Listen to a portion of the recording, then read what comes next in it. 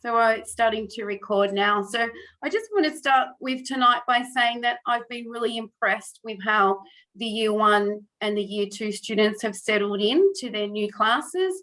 Often I've been involved in going into some of the other classes, or just seeing how they're transitioning into the classroom of a morning, and they're very settled, they're very happy, and they seem very well adjusted into their new classes with their new classmates. So that's just a fabulous start to our year with them. All right, so I'm going to share my screen in a minute, and we'll get along the way. I have to remember all of this now. We did it so often in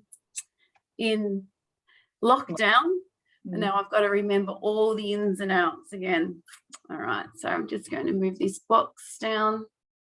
So with me tonight are our Stage 1 team, a fabulous Stage 1 team.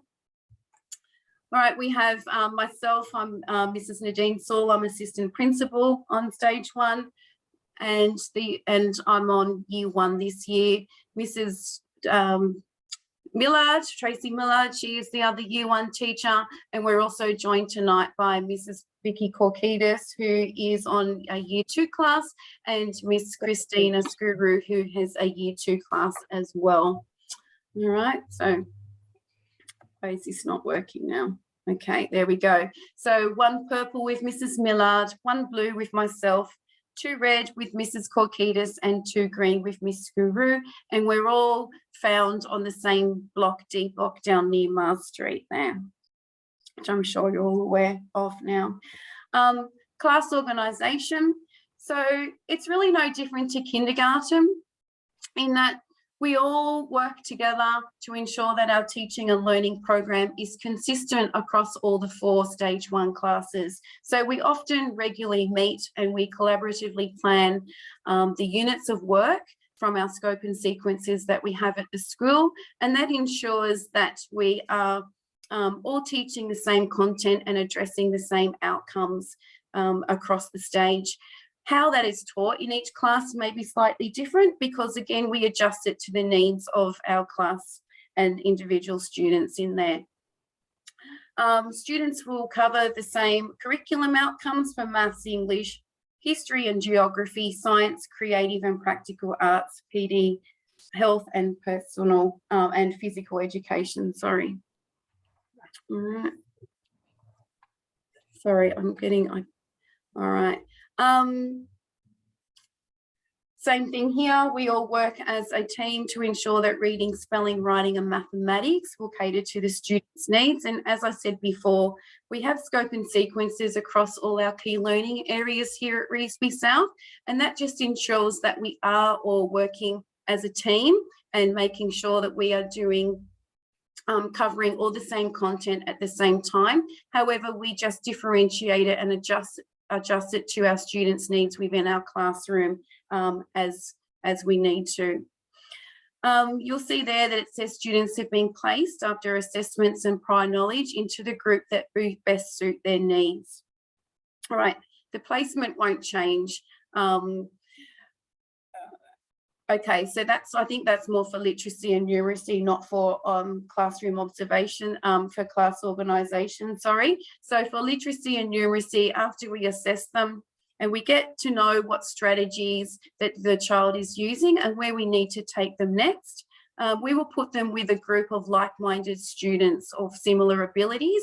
So then we can teach that group together at the same time, at the same pace, give them the same content and strategies that they need to progress throughout the year. All right, so everything we're doing is differentiated. We formally assess every 5 weeks for literacy, and once a term more so for formally for mathematics. However, having said that, we are always observing and taking notes of the strategies and the where to next that your child needs to go to in order to best improve their learning and their student outcomes. Okay. All right. I'm just going to show you kindergarten parents may be aware of this. This is our positive cycle, positive education model that we have at Revesby South Public School, and we call it PermaFuse. And the idea is that it's about establishing a really good well-being within our students, because the research shows that, of course, if we're feeling good about ourselves, we're confident, we're happy, we feel safe, we have a feeling of being connected to a place and a real sense of belonging, that we're going to flourish in all that we do. So at the centre of our model here, we have flourishing, and that's just what I described then. We want our students to be happy, to be safe, to be confident, to be curious, to take risks, and to do that, we teach them character strengths. And they're all things like kindness, perseverance, a love of learning, curiosity, creativity, prudence, bravery, courage, all of those types of things, that we will get them to celebrate those character strengths, and we identify them within the children, within ourselves, and we model those, but also through literature. When we're reading rich text to children, we'll often try and spot character strengths through them, so that they have a bit of a role model and a bit of an idea of what that character strength looks like. And then when we focus on that character strength around the edge, when we put positive relationships and exercise and accomplishment, engagement, positive emotions, those happy feelings, but it's also important to recognize the negative emotions as well, because we can't just dismiss them. We have to understand why we might be feeling sad, and to know that we can be resilient and ways or develop strategies to overcome that sadness, to get back into this area of being able to flourish again. Of course, health, food and nutrition, cultural understanding and sleep, all together with character strengths help our children, our well-being to flourish. All right. This Connect, Succeed and Thrive around the edge is taken from the department's student well-being policy, and our model really reflects once children can connect all of these parts of the wheel together with character strengths. All right, flourishing means that we will be able to connect. We'll be able to connect with people, with our environment where we are. We'll be able to thrive, and once we're thriving, we're able to succeed in all our endeavours, be they sporting, be they academic, be they personal relationships. So what we really do is we're trying to focus on the whole individual at Revesby South, and get them to flourish, so then they can be the best person that they can be. We do a lot of mindfulness as well. So I don't know if the children you might have seen it in online learning last year, where we will ask them to take time out, where we try to be mindful and reflect on the day and how our mind or our brain is feeling at that point in time. So I often describe that we'll do a mindfulness thing after every lunchtime or afternoon tea, and in my class, I usually describe that to them as flipping the switch. So when we're out in the playground, we're usually we're excited, we're having lots of fun, we're playing, we're running around, we're allowed to be loud, we're allowed to be crazy, we're allowed to just play and just be a child. But when we come back into the classroom, we need to flip that switch and get ready for learning and great thinking again. So that mindfulness activity, it might only take 5 minutes. It might be a breathing activity. It might be just a calming down, listening to a story activity.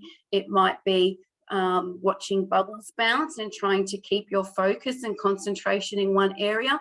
But it's all designed to just flip the switch and calm our brains down so that we're ready for the next part of the school day's learning. So that's where we're headed with our positive education model, PermaFuse, and you'll probably be hearing a little bit more about that as the year progresses. Okay, I'm going to start talking about some KLAs now. So the first one I will speak about is numeracy. All right, so as I mentioned earlier in class organisation, after assessment and observations, we place similar-minded or ability students together so we can best select the strategies that they need to have be literate in numeracy. So we have 5 different groups within our numeracy, and when we're looking at additive and subtractive strategies, but also whole number. So the first one, most of the children in stage 1 now are beyond the emergent stage. That's really a kindergarten level when they're beginning school. So that means they can't count a collection of objects. If I put a handful of counters in front of them and say, can you count me 10? They don't have the one-to-one correspondence to be able to do that. All right, so they don't know the number words to count the items. All right, perceptual is when they can count those items, but they need materials, or they need concrete materials to be able to help them find the total count. So they have to use their fingers, or they have to use counters, or they use the dots on the dice to help them get there. Figurative is when they can now they know what the number 5 looks like. They know that we call that the cardinality of number 5, that there's 5 single objects that represent that number, and they're able to visualize that in their head. So if I said to them, I have 5 apples and I eat 2 more, how many are there altogether? They're able to internally visualize that and then count and then work out what it is. They still may go 5, 6, 7, all right, but they're still able to conceal that and have that imprinted in their memory. Counting on involves counting on or back to solve problems. We usually say that we put the big number in our head and we count on the smaller number as a strategy to get that that method flowing. And facile, of course, is when children become flexible with their number skills and they're using known facts, another non-count by 1 strategy, such as bridging to 10, looking at near doubles, all of those types of strategies to help them solve problems. And a really big part, they may come home to you saying, we played games today in maths, and that's a really big part of our numeracy program, is that we do use a lot of concrete materials, a lot of dice, dominoes, cards, because we're trying to get them to have a deep conceptual knowledge of what it is they need to know before we take them into the symbolic form, which is writing numbers, using the plus and the minus and the equal sign. Because if we introduce those symbols too early, they often do not use them properly, and they don't have that understanding of what it is they're doing. So therefore, they begin to just rote learn the formulas of things instead of actually understanding what it is they're doing in mathematics. Okay. We also teach, of course, the measurement side and geometry and shapes and length and all of those types of things too. All right, Vicky, you want to do literacy? Yep. Okay, so with literacy, there's lots of different components. The first one is guided reading groups. So that's when your child is reading with up to, well, we like to say 4 if they're doing reciprocal reading, which is kids reading beyond a level 25, or maybe a bit lower in year 2. When I say lower, I say 23 and up. And the other groups, like from year 1, I guess they have kids on a level maybe 6 through to a level 20. They're in a small group of up to 3 children. So guided reading is reading books at their level. At the end of every time we read, and we read a different book every time we do a session. And it's not daily, because I don't know about the other ladies, but I think I'll have about 8 reading groups in my class, ranging from a group of 2 to there's a possibility I'll be working one-on-one with one child who needs that, to up to groups of 4. And those groups are fluid and flexible. And what that means is if we see a child has improved, or there's children who are doing the same sorts of behaviours and need to move on, we might group those kids together for 1 week, and then they might have a different need the following week, or even the following time we read, and we'll regroup the kids in that sense. So that's guided reading. While that's happening, the other children are doing independent activities. Then teacher modelled reading, focused on inferential comprehension thinking. So what that is we'll choose, when we say modelled reading, it sort of comes under shared reading as well. We'll choose a good high quality picture book, and they tend to be picture books. And from that, we will sit and we will not just have the here questions. So the here questions are like, the cat is sitting on the mat. What is the cat sitting on? And that's the answer is right there in the text. It's sitting on the mat. An inferential question would be, why do you think the cat is sitting on the mat? So it's taking that comprehension, that understanding to another level. So one might say, oh, he's feeling cold, or the ground's too hard and the mat's softer. So, and that's a real much higher level of comprehension and of thinking. So we do that in a modelled set where we do it as a whole class. And we choose text where we do have the here questions as well, the hidden ones, which is a little bit trickier to find the answer to, and then the inferential, which we call the head questions. So they're the ones we have to think about and give our reasoning about. Then there's the shared reading. Again, it goes along the same lines. You could use the same text as you have with the teachered modelled one, and then just do activities based on that. It could be grammar, it could be sentence structure, it could be using that as a leapfrog into writing. At the moment, we are writing, our writing focus for the first half of this term is to write descriptions of characters in texts. So from that, I know we've all used different books. Pig the Pug, I've used Boris Monster, Willie the Chimp, Macca the Alpaca. So they're characters who you think, oh, it's just a picture book, but you'd be surprised how much you can get out of that story. And we use that as a frame, a starting point for them to describe, to write a description, in their writing. Guided writing groups. The way we use those is that we might, well, the whole class is you might set them to a writing task, you might withdraw a group.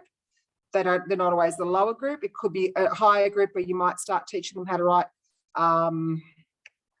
paragraphs. You might ask them to start writing, what are the sentences called? Compound. Thank you. Compound sentences. I've got a blank. Interesting vocabulary, building up their writing. Or you might have that group who still needs to remember to use a capital letter at the beginning of the sentence and full stop at the end of your sentence or your idea. And the teacher modelled writing is when we put our ideas up, and I know I talk through it. So I'll say, I want to write the word dog. How do I sound that out? How would I write that? I've got to remember to start my sentence with a capital letter.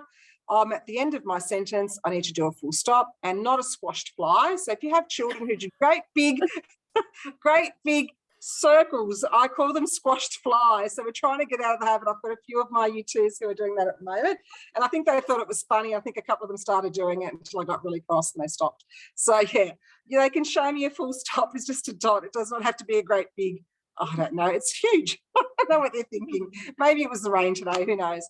So that's pretty much the crux of the literacy program and what runs pretty much daily in our classrooms. Oh, there is spelling as well. Sorry, we do explicitly teach spelling as well. And we have a sound. So last week it was the B sound. So we talked about a single B and a double B. So the B sound can be at the beginning of the word or in the middle. And this week it's A. So again, it's mainly medial A sound. It can be at the beginning, but it is mainly a medial. Yeah. Okay, so that's literacy for you. Who's next? All right, that's me. That's you. Let me get out of your way All right. because we're all together. So for homework this year, we will be issuing homework every Monday. So worksheet will, not a worksheet, sorry, a spelling sheet will come home every Monday afternoon. Must be returned on Fridays. Children will work on spelling words according to their ability, or it depends also for Year 1 and Year 2. We do have two different programs for Year 1 and Year 2. And so personal words may also be added to your child's spelling list as well, depending. It could be something from what we're doing in class related to writing, could be anything, maybe something that they might want to practice a bit more, maybe a word they could have, struggled with 1 week, that could carry on to the next week as well. That's what I do sometimes. Children are using the look, cover, write, check strategy. So pretty much the students will be looking at their list They'd look at the word, they'd cover up the word, try and write it to the best of their abilities if they remember just from looking at it, and then check to see if they've gotten those letters and sounds correct in the word. So that's a really good strategy. I feel that's helped a lot. I've been trying to get the kids into it, just a bit of a routine to get them into it, just on whiteboards, even in our rooms as well. So they've been enjoying that, which is good.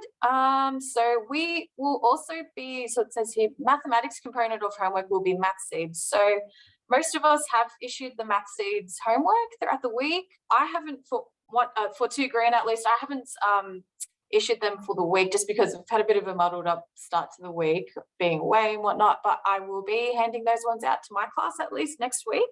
And I'll also be sending home the logins as well. So the kids will just use their logins from last year as well, and they'd sign in and be assigned certain activities depending on what our focus is for the week in maths.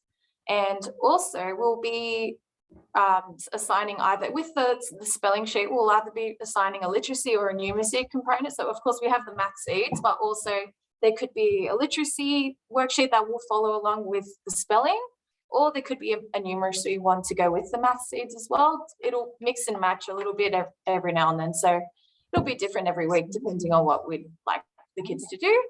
And also children will be selecting a home reader where you guys can sign off whenever the student has read with them as well. So that'll be really good to keep a bit of a log as well when the kids are reading at home with you guys. So there's that part of homework done. Thank you. Okay. So I'm going to be talking about expenses. Obviously, there are the school contributions, which have already gone home, and I've noticed that quite a few of my children have already, or families have already made their contributions. Math Seeds is included in that, I do believe. Obviously, we use Math Seeds in the classroom, and the children use it as part of their homework. So that's included in the contributions, I do believe.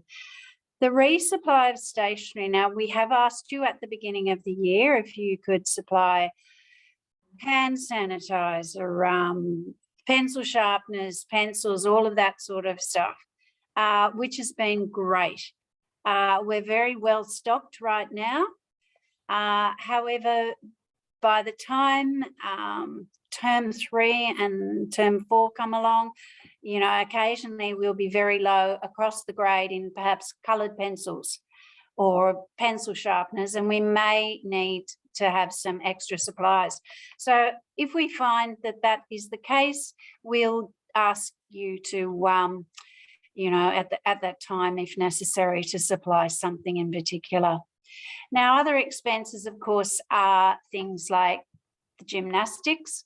Gymnastics will be hopefully a fitness program next term. So the children will have weekly gymnastics lessons, and that is something that parents pay for and provide for their children. Swimming carnival, unfortunately, has now been cancelled, and I do believe the letter went out to you to say for the year 2 children that if you know what's going to happen to that $15 or whatever it was that has been paid for the swimming carnival. And athletics carnival will also be one of those expenses throughout the year. Now, going on from those expenses, one of the major expenses are the incursions and excursions. Excursions, of course, are when children participate in a going out of the school on a bus, usually, to a topic-based venue like the zoo or an environmental education area, the museum, something along those lines. It's very expensive because of the bus. The bus itself is an expense, and there also is the entry into the venue. So the excursions are usually a minimum of about $30. We unfortunately didn't have the joy of an excursion last year, so hopefully we are thinking that next term We are looking at doing an excursion related to our science, which is to an environmental centre nearby. There are also several incursions that happen throughout the year. Often we'll have one for Book Week where a presenter will come in and present to either a stage or the school. And that obviously, because it doesn't include the bus fare, is a much cheaper option. So it's vitally important that the children attend all of our excursions and incursions. They're an integral part of learning, and they're usually lots of fun. And so we hope to have a really good year with our excursions and incursions this year. Thank you. Okay, back to me. Sorry, sport. So sport is held on Friday morning, and we do 3 rotations, and it is kindergarten through to year 2, I apologise. And it's based on skills and games. So the staff was trained in a program called iPlay a few years ago, which was very skill-based, and that's what we use. So what happens is, it's probably about 9:30 we come out first thing in the morning. Hopefully it's not too hot. It was a stinker last Friday for kids. And we just 20 minutes and then we move on. We're supposed to do, I think, an hour of sport a week, and we certainly get that covered on a Friday morning. On top of that, we participate in other in-class fitness programs. So that could be outside, it might be doing skills as well, or it might be in the classroom doing Go Noodle or some dance or something else to get the heartbeat up. It's all about getting that physical fitness up and trying to get the kids active. Gymnastics, as Tracy mentioned, is planned for next term, but again, let's hope that goes ahead. Hopefully it will. So that's another very important part of our fitness program. Okay, library. So library will continue again this year with Mrs. C. They've already had library last week. They're able to borrow books on a weekly basis. I think she has the library open as well some days during the week if the kids are happy to go in and change their books. Could I just interrupt and sorry, I just interrupt and say it was teeming with rain today. It was not a good time to take 20 odd children up to the library to swap books over. Not good for the books, not good for the children or the teachers. So I've postponed my library time to Thursday, and I do believe you have as well, Mrs. Saul. Yes, that's correct. I did. Okay. So if any children had their library books in their bags, I got them to take them out of their bags and keep them in the classroom. So when we shuffled up to the library, we were all ready to roll. That's exactly the same. Thanks, everyone. So that's okay. So just ensure the book comes back in the library bag. It doesn't have to be a fancy library bag. A plastic bag is usually fine. I think Mrs. C just likes to have the kids borrowing. So as long as they're putting something to keep them safe, that's really important. So 1 purple and 1 blue go on a Tuesday, 2 green on a Thursday, and my class go on a Wednesday with Mrs. Steinhardt, and she's on the class. Okay, so that's library. What's next? News. I think that's me too. So with news, I actually haven't set up my news groups yet because I've been waiting for the grid to come in. So we're going to have a grid like we've had last year. I think they had it in kindergarten as well. So it's a grid, and it's got, so you can see on the screen now, there's an example of one. So there's 5 free choices. It's funny how many have free choice every week for the whole term, but that's okay. We do hear some very interesting stories, but that's all right. But there'll be other topics as well. So if you have a look at that one, for science, they might be asked to select their favourite small animal and talk about where it lives. They might be asked for HSIE, which is actually history and geography now, explain what someone in your family does for work. So those other ones we tied into our other key learning areas, so to be geography and science. So 2 minutes is plenty, and the idea is I've had children in the past either glue their news grid into their homework book, or you can take it home, pop it on the fridge, or if you've got a bulletin board, just cross it off as they do them, so they don't do them twice, do it twice. So they don't, unless they really want to talk about what mum does one week and what Jen doesn't. We don't do people who help us anymore. That's a topic that's sort of gone a bit, unfortunately. So that's how news will happen. Okay. So hopefully a news grid will be sent home by the end of this week, so we can get those topics started for next week. All right. Attendance. All right. All right, that one. This first one up here. All right, we're not, because of COVID, we've adjusted that now. So we don't have morning lines anymore like we used to on the basketball courts. Now what we do, because our cohorts need to be separated, kindergarten and year 1 and year 2 have their own area of the playground, as do stage 2, years 3 and 4, and stage 3, years 5 and 6. So what they'll do is they'll come to school in the morning as normal, and they go to the silver seats where they always sit when a teacher comes out on duty at 8:45. And then what will happen at 9 o'clock, each of those different cohorts, the stages will move to a different area of the playground. So kindergarten and year 1 and year 2 will play on the soccer field and the equipment over near the big cola. And then what happens is when the bell goes, they just go back to the silver seats where their classroom teacher collects them and then takes them back down to the classroom. The gates will be locked at 9:15, and that's for the safety of all staff and students. So if you do arrive after this time, we do ask that you go to the River Road entrance, and the office will be able to let you in via that part there, that gate there. If you do come into school at another time, you may be asked by the office to sign in for a visitor's pass. Usually when you volunteer for reading and things like that, you will have to sign in on a register when you come in. And of course, and then they used to give you a visitor's pass, but I don't think that's the routine anymore.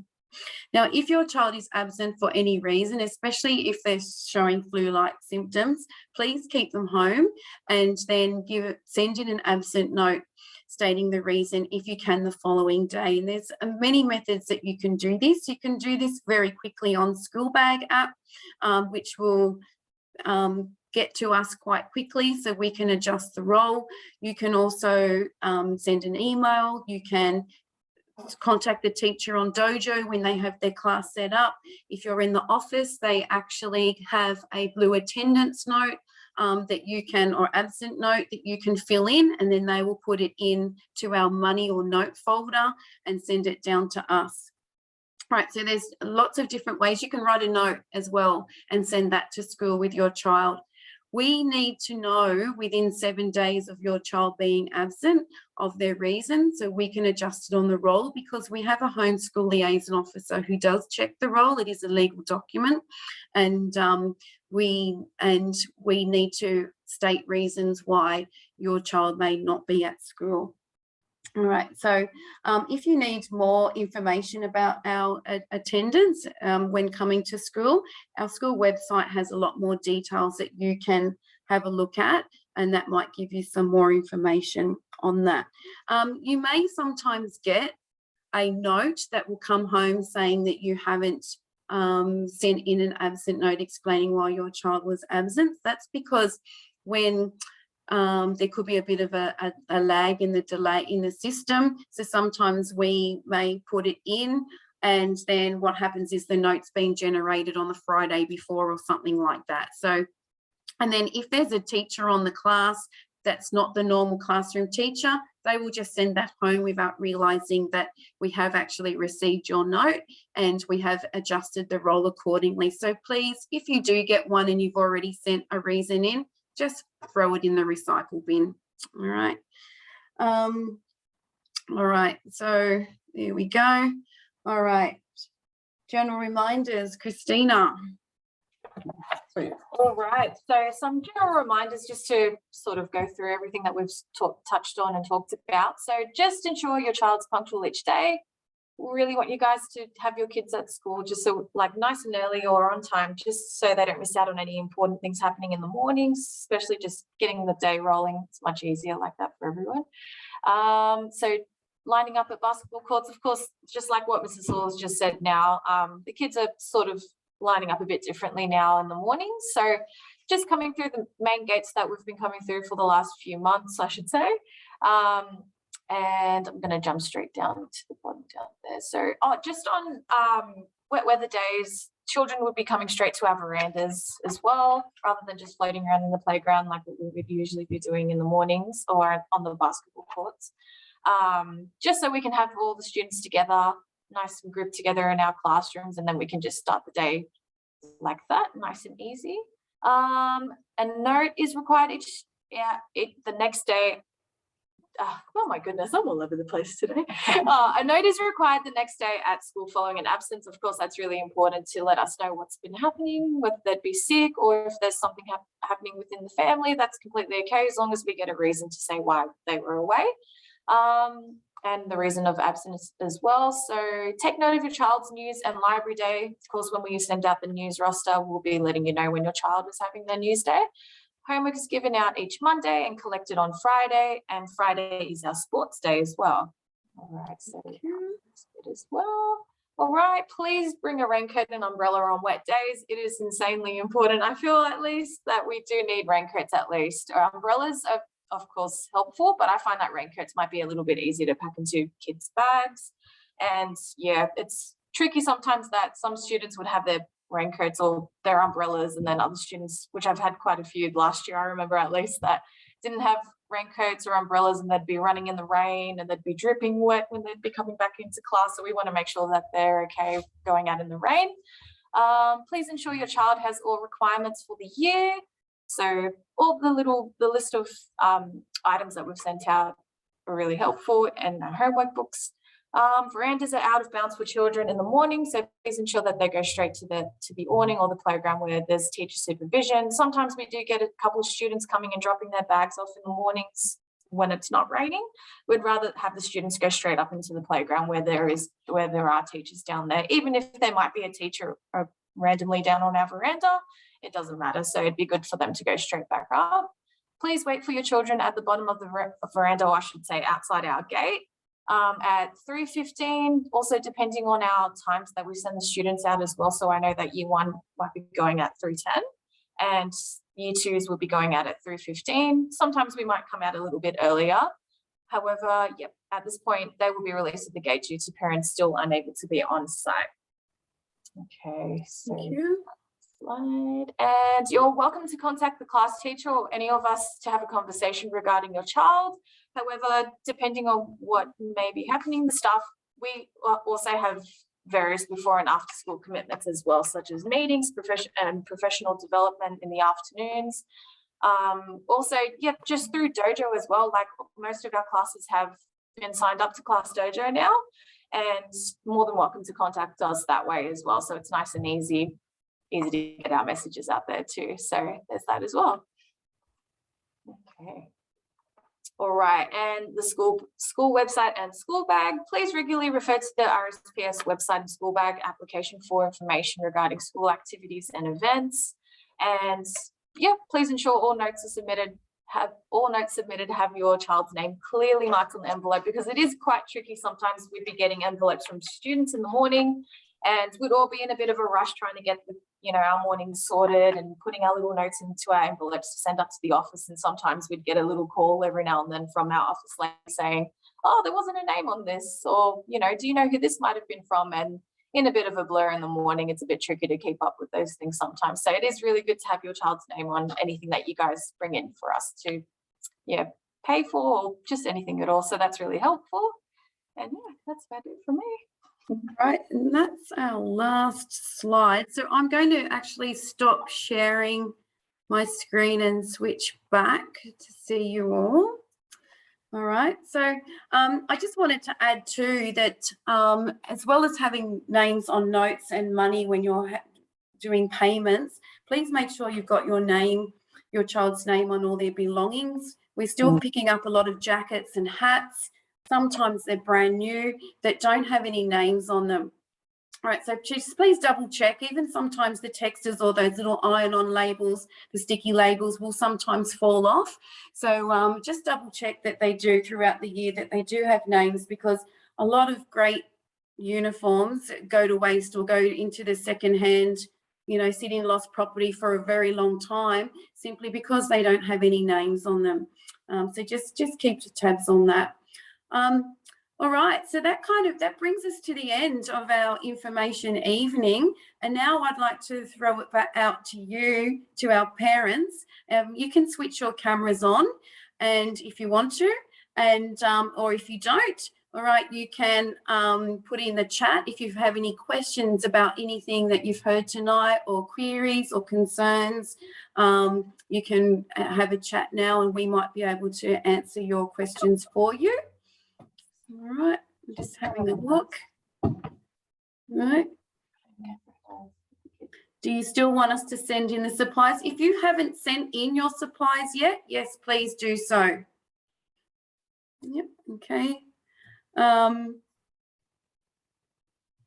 Yeah. So if you haven't sent in the headphones, the glue, the sanitizers, the paint shirts, the pencils, the whiteboard markers, that is probably the one thing that we run out really quickly. I am still trying to get Year 1 to push those lids on those textures nice and tightly, so that the nibs don't dry out. And some textures are really easy to put the lids back on, and some you really have to fight, and they have to give them to me to close. So we're finding that, because we do use the whiteboard markers every day for literacy and numeracy and phonics, our spelling program, all of those types of things, we do use them quite regularly. They will run out, but added that when children don't put the lids on properly, we run out of those supplies quite quickly as well. So that could be one thing that you might get a note home about lids,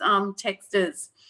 All right, does anyone have any other questions that they'd like to ask us while we're all here, while you have our undivided attention?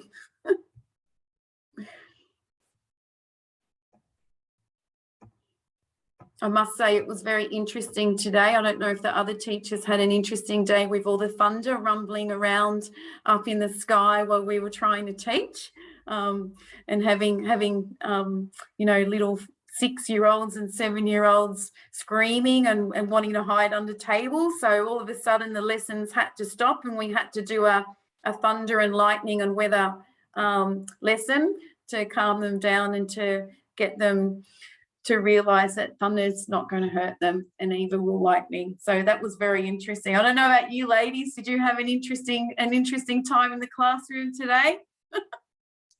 Yes, and kids are very good at finding puddles too. I might say. Not that it was too hard today. The playground was pretty drenched. There wasn't too many dry spots. But anyway, it's all right. Yeah. Hopefully it'll be better tomorrow. Yeah. So. All right, let's have a look. How much do you assist with their homework, or do we let them have a go?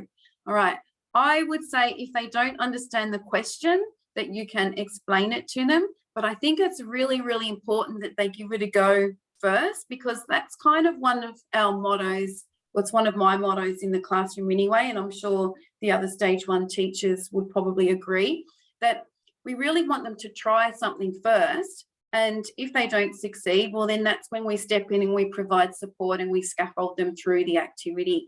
But definitely if they can't explain it, understand it, explain it to them, model it to them, and then get them to see if they can do it. All right. And then if they still can't do it and they needed a lot of help, just maybe write on their homework that they needed a bit of help with this.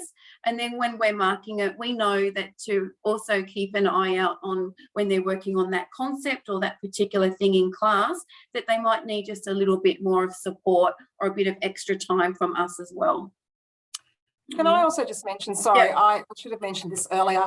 At the moment, I have a student teacher in my classroom, Miss Eyre. So 2 red children might have been talking about her. So she'll be with us for I think it's the whole term, pretty much to the beginning of April, which I think is the end of term 1 anyway. So I should have mentioned that from the beginning. So she will be in the room every day until the end of this term. And you could find the other stage 1 teachers might have a student teacher or a visiting teacher coming and going. Okay, I just saw her name there. She's actually joined the Zoom meeting as it's just one of her uni things she has to do. So I just thought I'd mention that. So yeah, okay. Yeah. Thank So you. getting back to the homework question too, Oh, one of the little catchphrases we say in the classroom is that it goes back to our positive psychology, and having children to flourish and to become resilient, is that you've got to give the tricky things a go to make your brain grow. It's all about that growth mindset. So maybe you can use that little catchphrase too, to say, you've got to give those tricky things a go to make your brain grow. And you might not be able to do it yet, but with a little bit of practice, a little bit of perseverance and grit, those character strengths, that one day we will be able to do it. So, we often talk about those things, and I put it into perspective of sports people. When the kids go and play sport, or if they're dancing, they can't do all the tricks and kick goals straight away on the soccer field. They need to practice doing those routines and those skills and those drills. So the more they practice, the better they get at it. And it's exactly the same in the classroom. All right. Any other questions? No? Yep. Okay, let's have a look. I've got a question here about the swimming carnival. So, yes, school as usual tomorrow. The swimming carnival has been cancelled. All right. And yes, school will start at normal time tomorrow. So if it is raining tomorrow, the children will go straight to their classroom, and there will be a teacher on the veranda monitoring them and supervising them as they come into their classrooms. Okay. Anything else? So I just want to, if there aren't any more questions, I just want to add to you that, we all have an open door policy. If you have any queries, concerns, if you want to let us know anything about your child, please reach out and let us know. I always say, if we don't know about it, we can't fix it, or we can't work with you to solve a problem. And that's what we are. We're a partnership with you. We want the best for your child, with their well-being and in their academic pursuits. So please come and see us if you need any more information, clarification. Give us a heads up if anything's happened at home that might be setting them up for maybe possibly a bad day at school. We're here to support you and your child throughout this year. So we look forward to working with you and your child. So please reach out to us when you need to. All right. Well, if there aren't any more questions at this point in time, I think we'll sign off from there and let everyone get back to their home life. And we appreciate you taking the time to join us tonight and chat with us. All right. So good night, everyone, and we'll see you, everyone, hopefully dry tomorrow morning. All right. Our pleasure. Thank you for jumping on.